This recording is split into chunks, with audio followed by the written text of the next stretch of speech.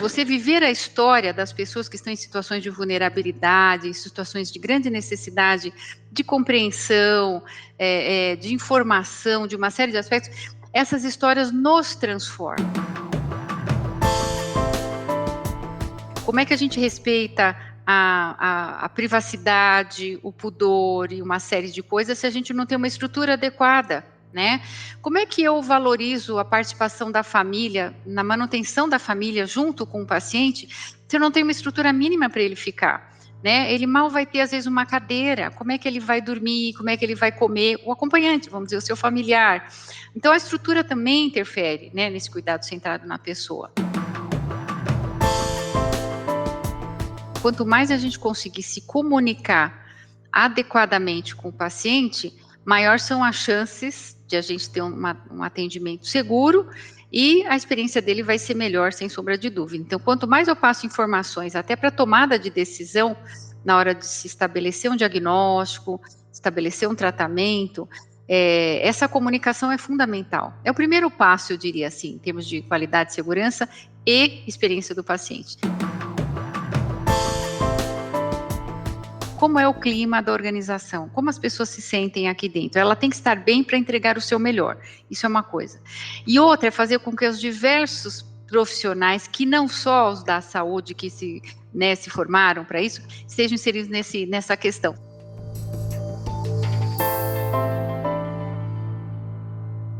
Olá, seja bem-vindo à segunda temporada do podcast A Experiência do Paciente da Sobresp, a Sociedade Brasileira de Experiência do Paciente e Cuidado Centrado na Pessoa.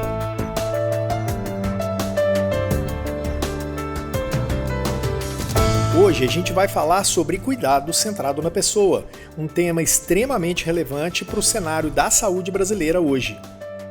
Adotar o cuidado centrado na pessoa é firmar compromisso com uma saúde mais justa, humanizada e eficiente para todos nós. Somente por meio do engajamento conjunto de todos os setores da sociedade é que a gente vai conseguir construir um futuro mais saudável para o Brasil.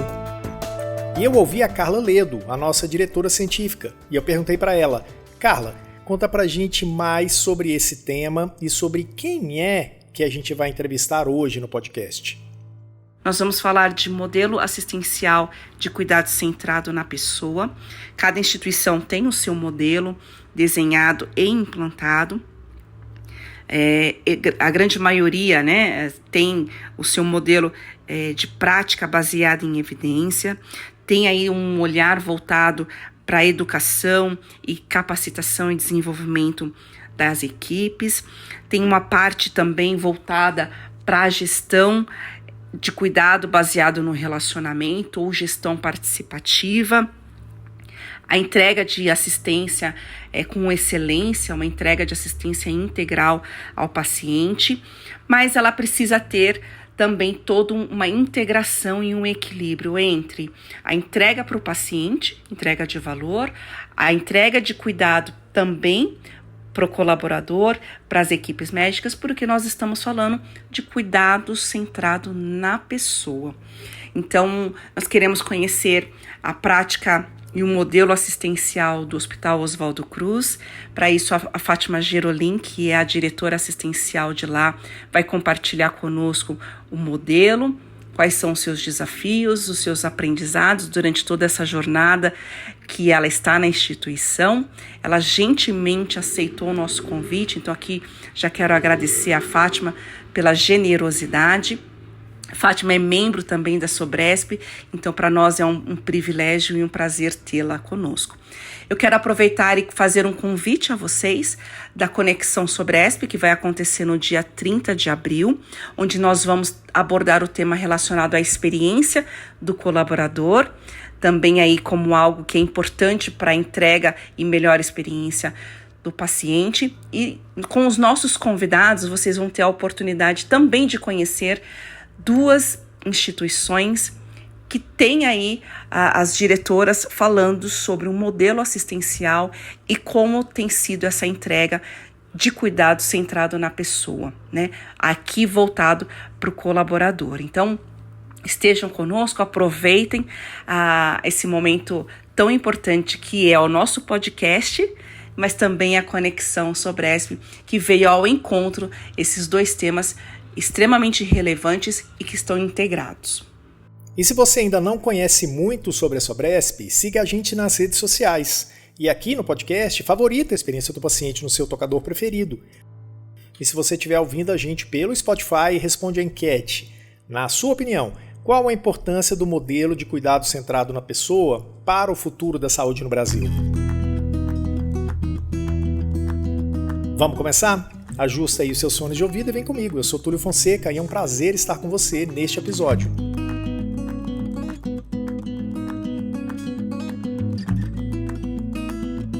Começamos sabendo mais sobre a nossa convidada de hoje. Na verdade, eu sou enfermeira, né, na minha formação. Eu atuo como diretora executiva assistencial no Hospital Alemão Oswaldo Cruz. Tenho aqui responsabilidade sobre as práticas profissionais multidisciplinares, sobre a educação, né, na enfermagem. Eu respondo pela faculdade, escola técnica e também com a experiência do paciente, né, com diversas iniciativas. Aliás, eu acho que é um universo que se conversa bem, né? E falando um pouco de mim aí, eu diria que desde a minha escolha profissional, as nossas características, aliás, nos levam às escolhas profissionais, né? Então, eu gosto demais das relações humanas, gosto e me preocupo demais com o ser humano, então acho que é isso que me diferenciou e me levou em busca da atuação nessa minha área. Seja bem-vinda, Fátima, à Sobresp e o podcast A Experiência do Paciente. Estamos muito felizes com a sua participação e ter topado fazer essa entrevista com a gente e contar um pouco para a gente sobre isso. Prazer enorme estar aqui hoje, conversando essa tarde com todos, né? E eu queria começar o seguinte, você falou sobre sua formação. Como é que a sua formação em enfermagem e a sua experiência de gestão na área de saúde influenciaram na visão e a abordagem em relação ao modelo de cuidado centrado na pessoa? Tá, bom, eu acho que a conexão é sempre muito grande, viu? Eu diria que até na decisão de escolha profissional, como eu estava falando aqui, né, logo no início, eu sempre quis ser enfermeira, né? Eu decidi ser enfermeira, eu tinha uns 16 anos. Prestei vestibular só nessa área tal, e segui assim por diante. Então eu tenho bastante tempo de experiência, né? Eu atuo nessa instituição, inclusive no Hospital Alemão Oswaldo Cruz, eu atuo há 36 anos. E eu entrei aqui como enfermeira e então 50% da minha carreira foi diretamente no cuidado e o restante até o momento é na área de gestão, né? Então a conexão é muito grande. Eu diria que é bem interessante hoje poder trabalhar, principalmente numa posição de diretoria executiva, fazendo gestão da assistência. É muito interessante ter tido, né, toda a vivência que eu tive e a experiência que eu tive. Então, eu fui estagiária, enfermeira assistencial, e o que sempre me conectou muito, né, além de sempre manter a busca pelo conhecimento, fazendo mestrado, doutorado, pesquisa, escrevendo livros, uma série de coisas, o que mais me destacou e realmente, no meu papel, eu busco isso, que é trazer um cuidado centrado, de fato, na pessoa, foi essa vivência, sabe? A minha vivência na área assistencial direta, cuidando do paciente, ela me transformou. E eu tenho certeza que a vivência na relação do cuidar, não só como enfermeira, mas qualquer outra profissão de saúde, eu diria, que cuida de pessoas, essa relação do cuidar, você viver a história das pessoas que estão em situações de vulnerabilidade, em situações de grande necessidade de compreensão, de informação, de uma série de aspectos, essas histórias nos transformam. E isso é que faz com que a gente tenha um papel, quando você tem uma posição de gestão, que você consegue aplicar aquilo que você acredita, aquilo que você buscou conhecimento. Tem uma conexão enorme, né? Então, a gente tem um modelo assistencial no hospital aqui que é totalmente focado realmente com o paciente e a família no centro.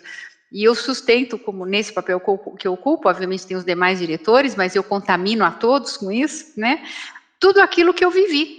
E que eu acredito muito, porque está na minha pele, né? Então, isso me transformou, e é isso que faz com que a gente consiga trazer investimento, não só em termos de dinheiro, né? Investimento de tempo, de preocupações, de trabalhos, com um trabalho voltado para um modelo de cuidado centrado na pessoa, de fato, né? Então, isso nos desperta o entusiasmo nas necessidades do paciente e da família, é isso que nos nos leva a ter um trabalho assim focado, de fato, em quem procura o hospital, né? Isso, e só complementando aqui, além do mais, e essa é uma oportunidade que eu tenho tido, né, mais recente, o entusiasmo de levar isso para o ensino. Então, do ano passado para cá, eu assumi a direção geral da Faculdade de Enfermagem, escola técnica e cursos e tal. Então, a gente leva este modelo do cuidado centrado na pessoa também para quem está se preparando para ser um profissional de saúde. E olha que bacana, a gente tem que pensar nas pessoas do futuro, né? Então, poder transpor isso para a educação também é algo bastante relevante, acho que cabe falar aqui. Né? Inclusive, a segunda pergunta que eu queria te fazer é com relação à questão de aprendizado. Então, acho que a gente pode fazer uma analogia bem legal com relação a isso aí, que eu queria saber quais foram os principais aprendizados que você obteve ao longo da sua carreira e que moldaram a sua compreensão sobre a importância de se colocar o paciente no centro do cuidado. Pois é, porque assim, por exemplo, quando a gente trabalha num hospital, acho que qualquer instituição de saúde, o paciente e sua família, aqui a gente considera sempre o paciente e a família, mas ele é a principal razão de existir daquela instituição, daquela organização, daquela empresa, né? Então, somos nós que levamos e tratamos, lidamos, né, com o sofrimento das pessoas, as dúvidas, e isso vai fortalecendo o nosso papel, né? E você vai aprendendo ao longo do tempo por conta disso. Então, se a gente vive e existe, no caso da empresa, né, do hospital, por conta das pessoas, não tem como a gente não aprender com isso, não se transformar e sempre estar retomando e lembrando por qual razão a gente está aqui. Eu diria que é sempre lembrando qual é o nosso propósito, né? Aliás, fazendo aqui uma conexão que eu acho... obviamente, eu não trabalharia tanto tempo num hospital ou numa empresa se a gente não tem os nossos valores, nossos propósitos conectados àquela empresa, né? Sim, é verdade. Então, por exemplo, o propósito dessa organização, do Hospital Alemão Oswaldo Cruz, é servir a vida. Olha que bacana, que bonito a gente pensar assim, servir a vida. Então, se este lugar... E, portanto, essas pessoas, porque a gente não está falando só de paredes e equipamentos, né? Se a gente se propõe a servir a vida, a gente tem que fazer esse papel. A gente tem que, de fato, lembrar quem é que está ali contando com a gente, contando com a resolução dos seus problemas, das suas angústias. Isso é extremamente importante. Então, eu queria até destacar historicamente um pouquinho aqui de um conteúdo, falando que em 2017, aproximadamente, a gente aqui no hospital, a gente estabeleceu e divulgou um modelo assistencial, né, através de um símbolo, escrevemos um livro sobre isso, tem 2 livros sobre o modelo assistencial, justamente colocando sempre o paciente e a família no centro, e ao redor disso tem sempre princípios de muito conhecimento, de ciência, de práticas baseadas em evidências, qualidade e segurança, né, de todo esse contexto, mas veja bem, a gente começa a falar em experiência do paciente nos últimos anos, né, todo esse trabalho das instituições de saúde, de cuidar de pessoas, já existe há muitos anos, mas a gente começar a falar da experiência, isso é muito mais recente, né? Então, no caso nosso aqui, lá em 2017, que se pensa bem, também não faz tanto tempo assim, a gente estabeleceu um modelo, mas a gente só colocou de fato no papel e divulgou aquilo que já tinha que ser e era real. O paciente, a família no centro, levando em consideração que ele tem as suas próprias necessidades, as suas angústias, suas dúvidas, e a gente tem que ir trabalhando para mudar o nosso mindset, não pensando sempre que nós, profissionais de saúde, sabemos tudo, ele tem que executar e aceitar tudo que a gente faz, né? Então, tudo isso foram aprendizados, né? E outro aprendizado bacana, em 2019, através dessa preocupação de se pensar na experiência do paciente, pensar em modelo assistencial, a gente criou o Conselho Consultivo de Pacientes Familiares, né? Que isso também é algo extremamente rico e valioso, que a gente foi aprendendo que como a gente só consegue ser melhor se a gente ouvir o paciente e seus familiares. Esse conselho, então, existe aí já há alguns anos, há um pouco mais de 3 anos, e é onde a gente começa a perceber que nem tudo que a gente estabelece numa organização é o melhor para o paciente. Começa a perguntar e fazer eles participarem dessas decisões para a gente ver o quanto a gente pode elevar muito mais aquilo que a gente faz, né? A gente às vezes imagina que está tudo maravilhoso e não é bem isso que eles pensam, né? Então, e outra coisa importante, a gente falar de uma organização e que a gente está aprendendo cada vez mais. Outra coisa que eu aprendi, eu quero comentar aqui, que é assim, nenhuma instituição consegue, de fato, fazer um cuidado centrado na pessoa e dar valor à experiência de fato dos pacientes, se a gente não tiver alta liderança extremamente acreditando e apostando e investindo nisso, sabe? Então é muito importante que o principal executivo da organização, e até o conselho, no caso dessa organização, ela tem um conselho acima do principal executivo, valorizar e entender isso, né? Então a gente consegue muito apoio para ter liberdade de propor inovações, de envolver os pacientes nas tomadas de decisão da organização. Então tudo isso é um enorme aprendizado, né? Você estava falando aí, eu lembrei de uma coisa. Em 2019, se eu não me engano, 18 ou 19, final de 18, começo de 19, alguma coisa assim, eu trabalhava no Crefito 3, que é logo aí do lado, né? E a gente fez uma revista, e a gente ouviu o André Sala, a gente ouviu algumas pessoas aí do hospital, que foi extremamente assim, foi super indicado. Foi, olha, vamos lá, que tem um programa espetacular lá.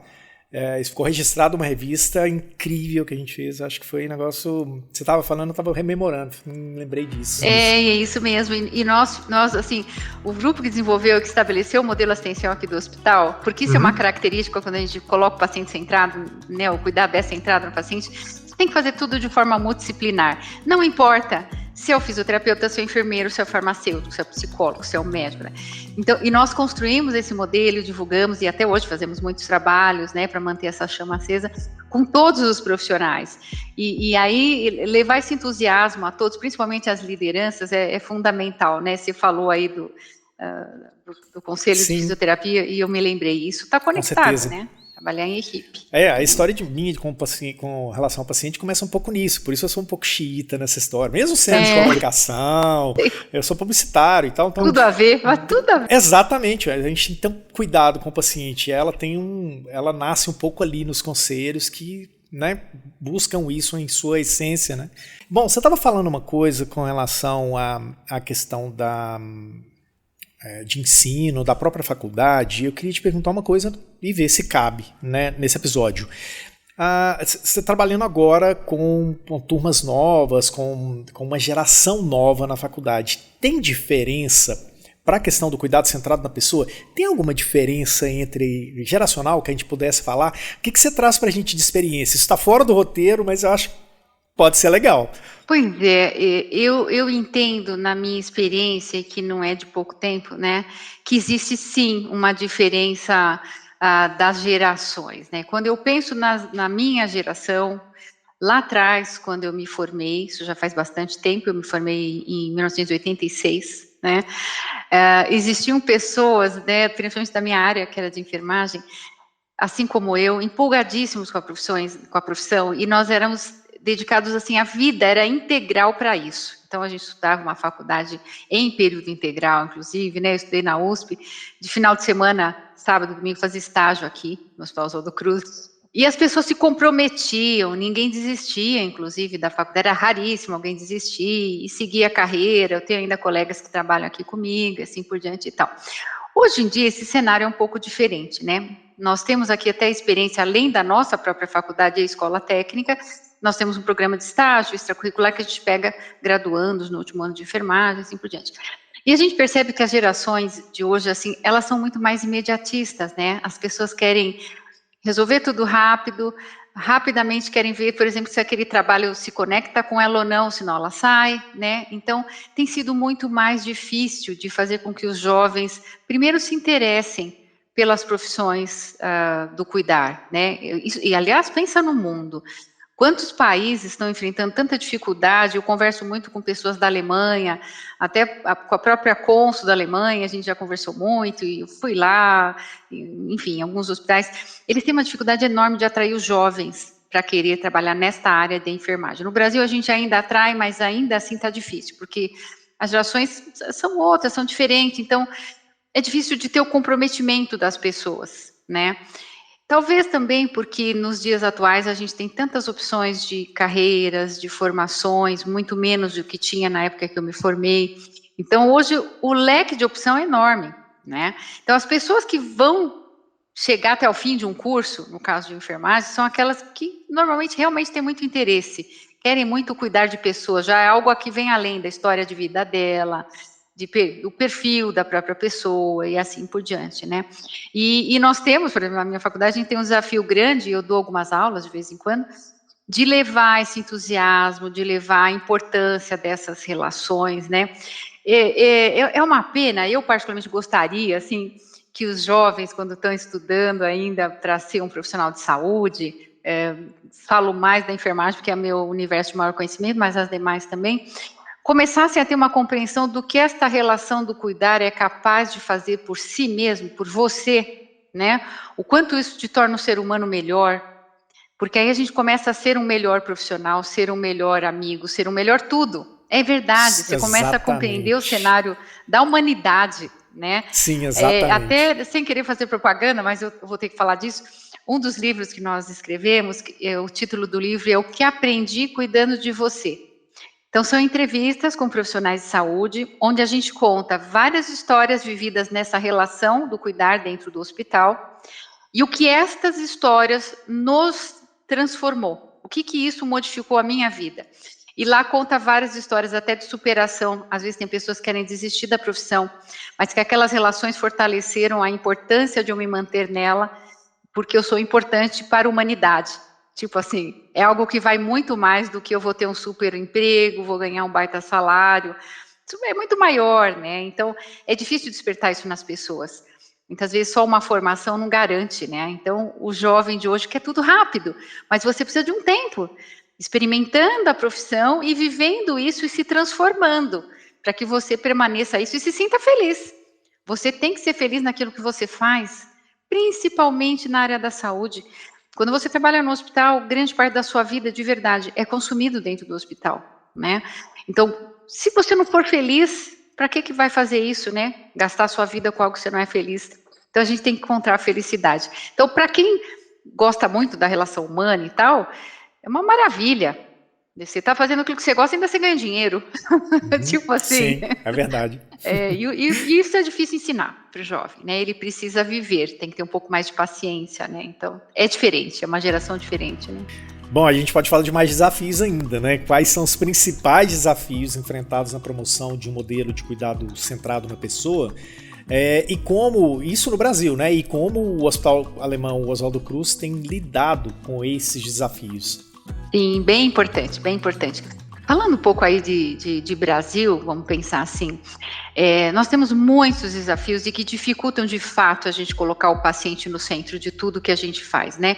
Uma delas é a desigualdade social e econômica que a gente vive. Isso restringe os acessos, né? A gente, obviamente, e às vezes nos entristece pensar que de norte a sul do nosso país, a atenção à saúde é diferente, né? Muitas vezes não só por ter ou não o recurso, mas isso é diferente, né? Então, o não ter acesso, não possibilitar acesso a todos por esta condição que a gente vive no nosso país, é um fator dificultador, eu não tenho a menor sombra de dúvida, né? Então, a falta de financiamento adequado, seja na rede pública ou privada, então, a saúde tem diversos aspectos, né? Mas para sustentar uma boa assistência à saúde, ela com certeza requer recurso financeiro, e esses aportes são bastante difíceis, né? Bastante desafiador, interfere no cuidado centrado na pessoa. A falta de capacitação dos profissionais, né? Então, além das questões técnicas, desenvolvimento de habilidades que o ensino tem que trazer, falar e ensinar mais no sentido de falar da experiência do paciente, eu vejo que atualmente até a gente está dando um foco um pouco maior a isso, mas precisamos de muito mais. Então, é um desafio também a gente ensinar os profissionais e falar sobre isso, né? As questões de infraestrutura do nosso país, dos nossos hospitais, levam a uma grande dificuldade, porque o ambiente, ele também traz benefícios e ele vai ser centrado na pessoa ou não. Então, vamos pensar assim, como é que a gente respeita a privacidade, o pudor e uma série de coisas se a gente não tem uma estrutura adequada, né? Como é que eu valorizo a participação da família, na manutenção da família junto com o paciente, se eu não tenho uma estrutura mínima para ele ficar? né? Ele mal vai ter, às vezes, uma cadeira. Como é que ele vai dormir? Como é que ele vai comer? O acompanhante, vamos dizer, o seu familiar. Então, a estrutura também interfere, né, nesse cuidado centrado na pessoa. Temos aí uma resistência ainda, quer queira ou não, a gente não pode esconder, existe uma resistência cultural, né, de uma certa dificuldade de mudança nos sistemas de saúde. Então, a gente tem que lutar muito para conseguir transformações, né? Eu percebo que nos últimos anos a gente tem conseguido cada vez mais, mas isso é difícil. Aliás, só fazendo destaque, não é porque estamos aqui presentes, mas a própria Sobresp, a existência da Sociedade Brasileira de Experiência do Paciente, ela tem sido cada vez mais colocada à mostra, ido a público, né, tem sido disseminado todo o conteúdo e a sociedade em si. Isso nos ajuda, né, a levar uma preocupação maior do país em relação à experiência do paciente. Então, esses são fatores que pode aí, na verdade, já ajudar. E vindo aqui para a minha realidade no Hospital Alemão Oswaldo Cruz, eu diria que existem ainda bastantes desafios, sem sombra de dúvida, mas um fator que nos ajuda muito, e eu já estava comentando aqui, é ter um apoio grande da alta direção, né? Eu faço parte do board, da direção executiva do hospital, mas o principal executivo é um intenso, assim, um grande apoiador da causa, vamos dizer. Então, a gente poder ter liberdade para tomar decisões de processos, de pessoas, de uma série de coisas que vão favorecer e colocar o paciente e a família no centro do cuidado, é um grande desafio, mas que conta muito a nosso favor, né? Mas os desafios existem, né? Por exemplo, vou dar um exemplo, assim, super atual do que está acontecendo. Como é desafiador viver nesses últimos dias, e a gente ouve isso nas mídias sociais e tudo mais, o aumento aí das questões da dengue, né, e a quantidade de pacientes que tem nos hospitais. Então, nós não é só aqui, né, vários hospitais, não tem leito de imediato disponível, pronto-socorro lotado, então, filas, demoras, isso dificulta, com certeza, né, as pessoas vão ter uma experiência, às vezes, não tão boa como elas gostariam, vão esperar mais tempo, né, não vão estar satisfeitas na sua totalidade. Então, é difícil você colocar em prática tudo aquilo que você sempre preconizou, porque as influências externas do que está acontecendo dificultam, né? A gente vive nos comitês aí essa semana passada, e aí, como é que a gente vai diminuir os tempos de atendimento, como é que a gente vai acompanhar o paciente, né, no pós-alta de um pronto-socorro e assim por diante. Então, a gente tem muito a avançar, né? Acho que no mundo, mas no Brasil está bastante desafiador para todos nós, né? Bom, eu queria fazer um break. A gente vai em seguida ouvir um recado do Marcelo, que é o presidente da Sobresp, e a gente volta já para o segundo bloco. Não sai daí não. Olá, pessoal. Aqui quem fala é Marcelo Alvarenga.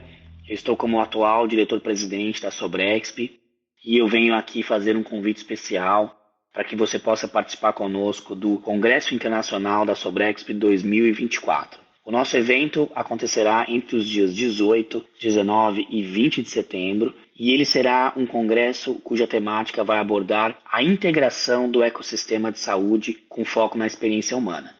Você vai poder participar no formato presencial, se estiver na cidade de São Paulo. Ele vai acontecer no Instituto de Ensino e Pesquisa do Hospital Sírio-Libanês e também você pode participar no modelo online. Confira logo mais a programação, se organize e esteja com a gente.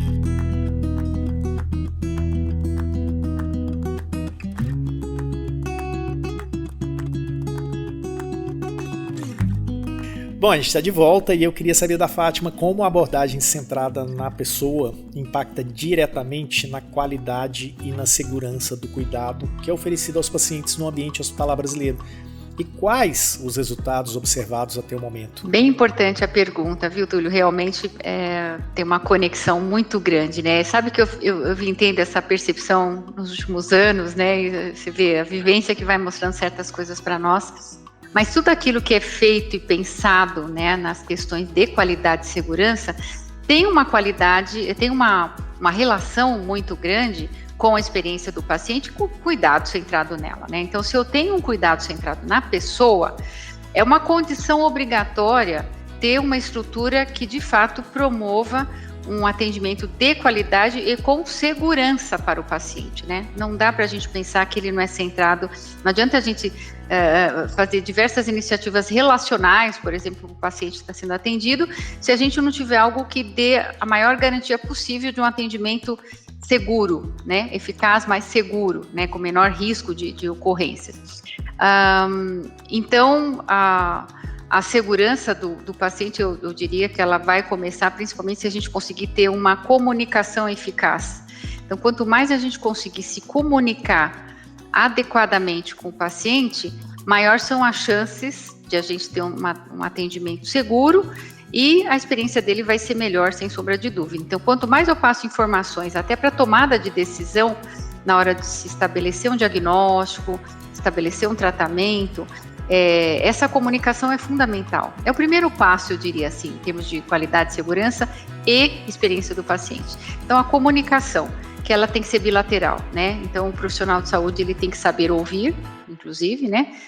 Saber ouvir não significa só ficar ali parado, mas ter a comunicação eficaz mesmo. Eu ouvir, digerir, entender, portanto, compreender a expectativa dele, sanar seus medos, né? Começar a fazer com que ele entenda e dar o leque de opções que ele tem ali para fazer e acolher aquilo que está determinado de acordo com as suas necessidades e vontades, né? A gente tem que levar isso em consideração.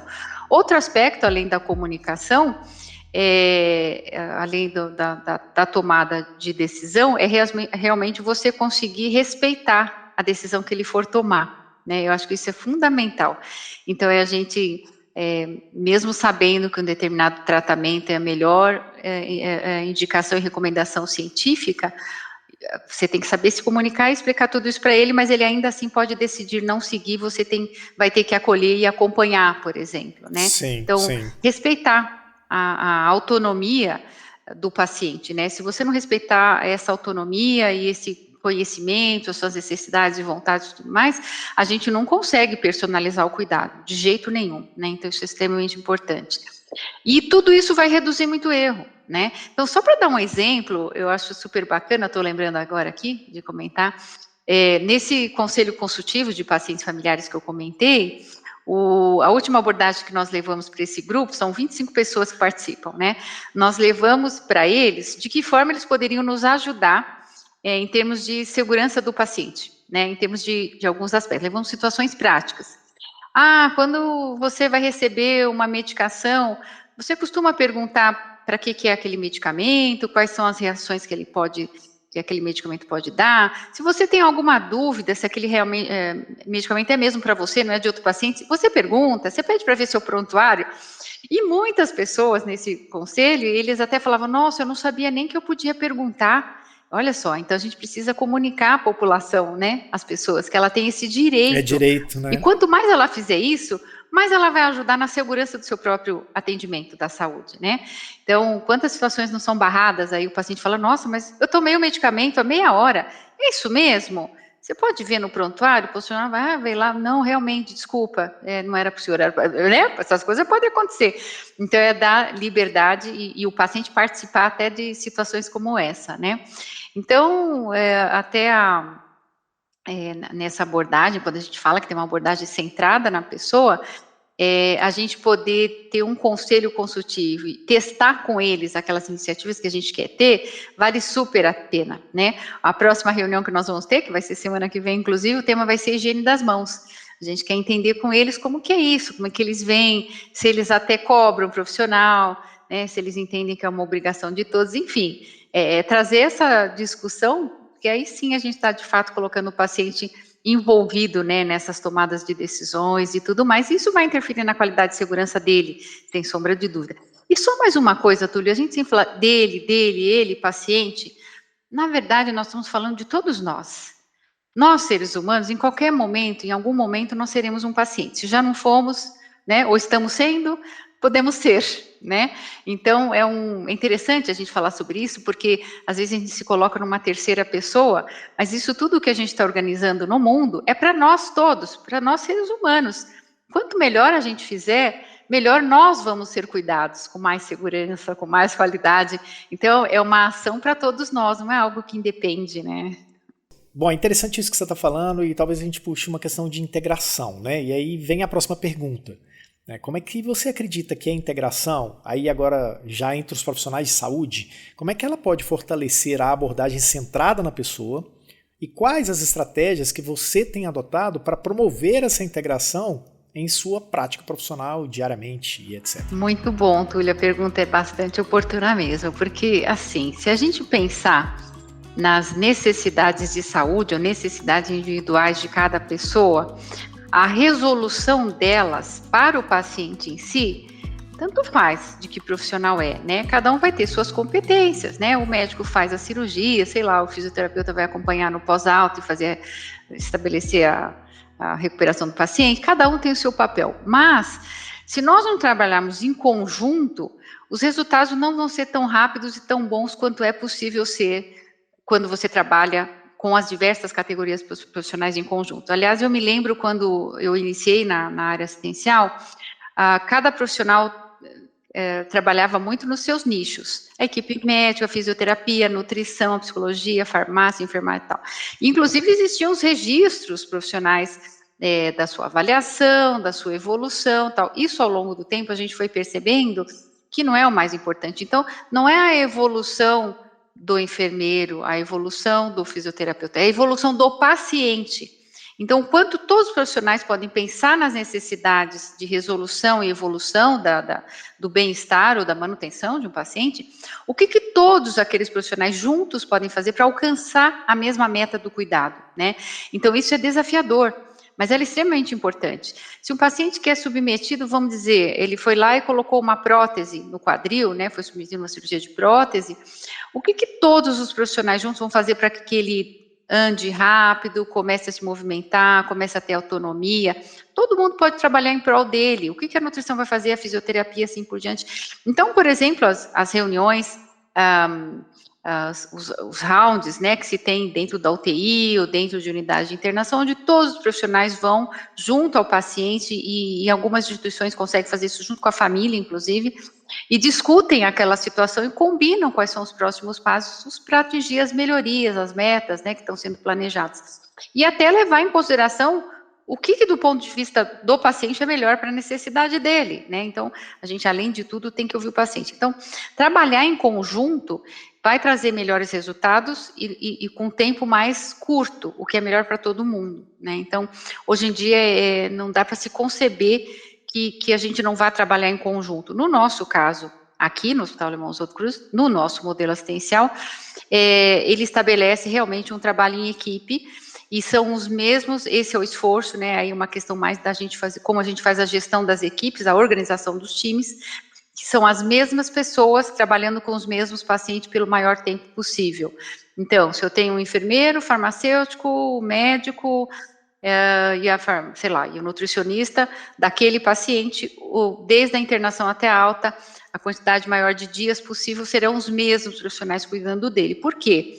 A gente estabelece uma relação de confiança a partir do momento que você está exposto a um tempo maior nessa relação, e tudo flui muito melhor, né? Então, a gente já conhece certos detalhes do paciente, isso facilita muito o dia a dia. Então, não dá para trabalhar em busca da melhoria das necessidades do paciente se não for trabalhando em conjunto, né? Sempre pensando na resolução dos problemas dele, né? Não, interessante. E considerando a experiência que você tem como gestora, quais são as iniciativas que você considera mais eficazes para garantir um modelo de cuidado centrado na pessoa e que ele seja adotado e sustentado em instituição de saúde, como, por exemplo, o Hospital Alemão Oswaldo Cruz? Sim.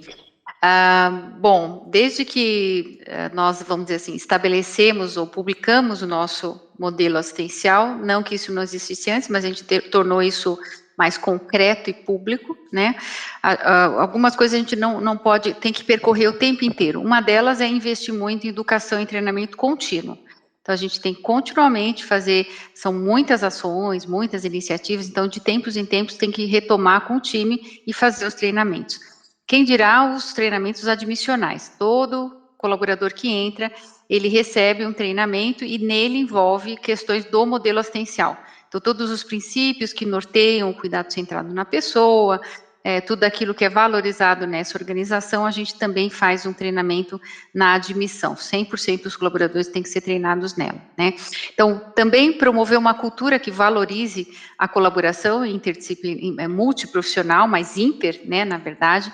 Essa cultura a gente percebe, por exemplo, através da realização de reuniões para discussão de casos, ou discussão de eventos, que é bastante importante, mudança de processos, então sempre envolver todos os atores internos que vão interferir de alguma forma na resolução ou na mudança de um processo. Então, esses exemplos modificam a cultura, né? Se eu chamo as diversas categorias dos líderes, principalmente, mas não só, né, das diversas categorias para resolver problemas, eles vão percebendo que eles também têm um papel que não é só naquele universo para qual ele se formou, né, o farmacêutico, o psicólogo, o enfermeiro, o médico, então sempre ter essas pessoas juntas para poder tomar as decisões, isso vai mostrando o quanto eles são importantes, né, e também implantar um sistema de feedback para avaliar continuamente a qualidade do cuidado e adaptar essas necessidades do paciente, envolvendo sempre a colaboração de todos os profissionais, né, e não só de uma categoria, né, isso é um aprendizado, assim, ao longo dos anos. Obviamente, quando eu entrei no hospital para trabalhar, e acho que outros hospitais eram assim, também não era assim. Era só, haviam reuniões, cada uma dentro das suas categorias profissionais, por exemplo. Até os treinamentos, né? Não eram treinamentos e até desenvolvimento com todos os profissionais juntos. Cada um tinha lá o seu nicho, a sua responsabilidade. Então, isso é uma transformação, a gente não consegue de um minuto para o outro, né? Uma coisa que eu estava pensando aqui é quando a gente define a questão da palavra pessoa. Então, cuidado centrado na pessoa. Quando a gente vai para dentro de um hospital, a gente tem, sei lá, vários setores, vários profissionais, várias frentes de trabalho. O termo pessoa, ele é igualmente conhecido ou reconhecido ou entendido por todas essas áreas? Tem tido algum tipo de mudança? Porque é aquilo que você falou, e é uma coisa que a gente bate aqui no podcast. Cada um de nós foi ou vai ser paciente um dia. E com certeza também vai acompanhar um paciente um dia. Então, essa percepção muda um pouco. Tipo, eu sou da área de comunicação, mudou a minha cabeça de um tempo para cá. A Sobresp fez isso na minha cabeça. É uma coisa que já estava implantada, mas aos poucos eu fui entendendo esse processo. Agora a gente tem, sei lá, 14 áreas de saúde, profissões de saúde. Né? São 13 conselhos de saúde. A gente tem os outros profissionais que não são de área assistencial, trabalham dentro de um hospital, eles também enxergam o que é a pessoa para todo mundo, para todas essas pessoas. Pois é, isso é super importante, viu? Porque quando a gente fala que o cuidado é centrado na pessoa, a gente não está aqui só falando do paciente, do seu familiar, está falando do colaborador, né? E aí, você está me perguntando, isso está vindo agora aqui na minha cabeça, né? Como que a gente faz para inserir todo mundo? Então, é a pessoa que trabalha no call center, a pessoa que trabalha na recepção do hospital, né? Então, tem dois aspectos aqui falando de colaborador. Um deles é como é o clima da organização, como as pessoas se sentem aqui dentro. Ela tem que estar bem para entregar o seu melhor. Isso é uma coisa. E outra é fazer com que os diversos profissionais, que não só os da saúde que se formaram para isso, sejam inseridos nessa questão. Você sabe que nós temos aqui uma iniciativa que é assim, entre aspas, como se fosse um programa que chama Conte Sua História, né? Legal, e uma vez por mês, a gente tem uma reunião que chama Momento Conexão, onde todas as lideranças do hospital, a gente enche o anfiteatro e tem vários temas, e um deles é o Conte Sua História. Então, previamente à reunião, todo profissional do hospital, pode ser a telefonista, pode ser o cara de qualquer área, da higiene, pode ser um médico, pode ser qualquer pessoa. A gente tem uma plataforma, eles inserem histórias de histórias de encantamento de clientes, vamos dizer assim, né, de quem procura o hospital, e a gente tem um grupo que escolhe essas histórias e a gente reconhece essa equipe neste momento. O principal executivo, inclusive, vai lá, dá parabéns, eu conto a história toda e tal e tal. E nessas histórias vem coisas maravilhosas, desde um colaborador, um funcionário da higiene, que viu um paciente nervoso, foi lá, ofereceu um café, ficou conversando com eles, coisas assim pequenas, mas que faz com que ele se sinta importante no seu papel, e isso dissemina uma cultura de valor, né, nessas relações humanas que a gente tem. Tem um outro grupo que chama Yes We Care, e é um grupo bem bacana, é um grupo de pessoas de diversas áreas, tem administrativo, tem gente de saúde, é um grupo grande, tem aí umas 25 pessoas, e eles buscam entender algumas coisas de necessidades de pacientes e familiares e realizam aquele desejo. Então, tem desde pacientes internados há muito tempo, que de repente é aniversário, sei lá, de casamento, ou a pessoa quer muito ver um parente que mora longe, eles se mobilizam, fazem uma festa, realizam um jantar. Eles realizam coisas encantadoras, né? Então, isso faz com que isso vai desenvolvendo em todo mundo que trabalha na organização esse sentido de fazer algo mais para quem está ali extremamente vulnerável, né? Mas é um desafio, você tem que ser criativo e criando oportunidades, né, para as pessoas se desenvolverem. E é aquilo que você falou, foi como a sua experiência. Isso vai te transformando, porque diz a respeito de nós mesmos, né? Isso está na gente.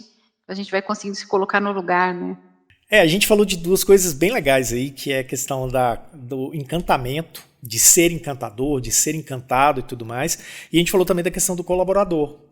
E aí entra uma última questão, que é uma questão que a gente basicamente está falando de uma forma padrão para todos os entrevistados dessa segunda temporada, e a gente faz uma ligação dela com o segundo Congresso Internacional da Sobresp, que vai acontecer agora em setembro, né?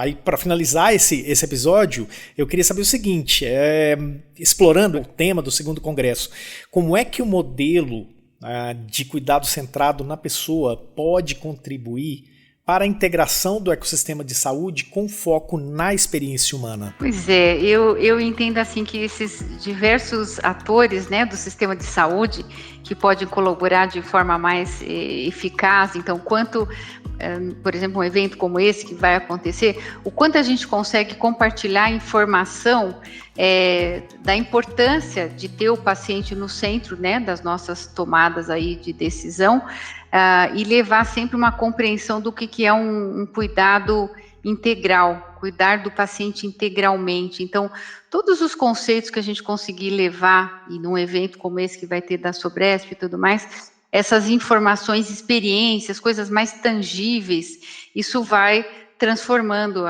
acredito eu, né, o sistema como um todo, né? Então, a experiência, com certeza, ela vai ser cada vez mais centrada na pessoa a partir do momento que eu consigo ver exemplos de outros, né, de ver boas práticas, e a gente começa a querer aplicar todo aquele conhecimento também, né? Então, explorar tema como esse que a gente está discutindo aqui hoje, trazendo casos reais, trazendo casos práticos, isso com certeza vai contribuir para ampliar o conhecimento de todos nessa temática e trazer esse interesse, essa vontade, né, de querer fazer algo mais, de fazer melhor, né? Então, eu acredito que a temática escolhida pela Sobresp para esse próximo evento aí desse ano, ela é fundamental e a gente pode com certeza contribuir através da disseminação desse conhecimento, né? Olha, Fátima, eu estou realmente encantado, a gente já se encontrou nos eventos da Sobresp e realmente é uma pessoa que tem uma fala muito, muito boa de a gente ouvir, para a gente ser guiado. E é isso, acho que você fez isso com a gente nesse episódio. Eu queria te agradecer demais em nome da Sobresp. O tema é muito bacana, as experiências que você trouxe são muito ricas e é isso, a gente só tem a agradecer por compartilhar tanto com a gente, com quem ouve a gente aqui no podcast. Eu é que agradeço demais em poder fazer parte disso, viu, Túlio? Porque, na verdade, quem estiver aqui nos ouvindo, que consiga se sensibilizar com um pouco, pensando inclusive na sua própria história. Quando a gente... Somos todos seres humanos, né? Então, a gente tem a nossa história, a gente tem a nossa trajetória, nossas relações familiares e tudo aquilo que a gente já viveu até hoje, o quanto isso é possível de ser ainda melhor e a gente contribuir com outros seres humanos, né? Então, eu que agradeço a oportunidade de compartilhar aqui com vocês esse momento agora aqui.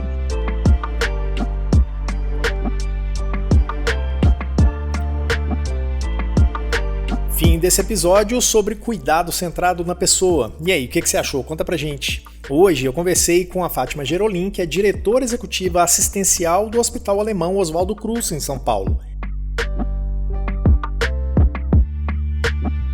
O O podcast A Experiência do Paciente é uma produção da Map2B, Planejamento, Marketing e Negócios para a Sobresp.